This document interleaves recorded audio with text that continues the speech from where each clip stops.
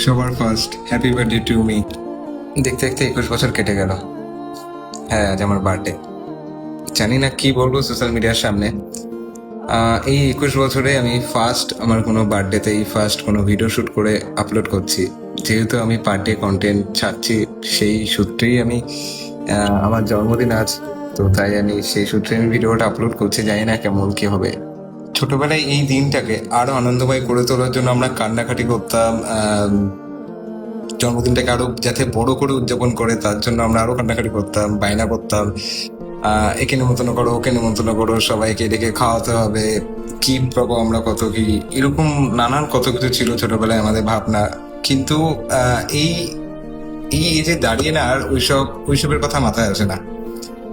এখন এই 21 বছর বয়সে আমি অনেক কিছু শিখেছি, আবার অনেক কিছু হারিয়েওছি। যেমন হারিয়েছি তেমন শিখেছিও, যেমন পরিবারের দায়িত্ব, নিজের দায়িত্ব, নিজের কেরিয়ারে ফোকাস। এখন এই বয়সে এসে যেই মাথায় যেই প্রেশারটা আসে সবার, হয়তো সবাই ছোটবেলায় ভাবে যে হ্যাঁ আমরা বড় কবে হব, বড় কবে হব। বাট ভাই সিরিয়াসলি বলছি যে এখন ছোট আছিস, ছোটই ঠিক আছিস। বড় হতে যাস না, তখন গিয়ে আফসোস করবি যে আমরা কেন বড় হলাম, ছোট কেন নেই এখন। সেই ছোটবেলার লাইফটাকে সবাই মিস করে। তো আজ আমি আমার এই বার্থডের দিনে, আমি বাড়িতে নেই, আমি বাইরে আছি। তো মা বাবাও সাইডে নেই যে বার্থডের দিনে যে তাদের সাথে কাটাবো, সেই মুহূর্তটাও আমি কাটাতে পারছি না কোনো একটা কারণে।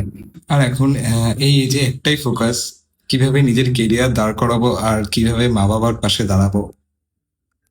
কবে বলবো মা বাবাকে যে তোমরা কেনো নিজের ইচ্ছা মতো কিছু, তোমরা যা খুশি কেনো, কবে বলবো?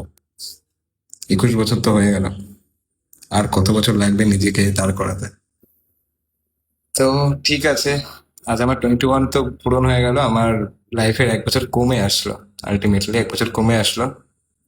তো সবাই প্রার্থনা করবে, আর পারলে একবার করে হ্যাপি বার্থডে বলে যাও কমেন্ট বক্সে। জানি না কে কে বলবে, তাও দেখা যাক।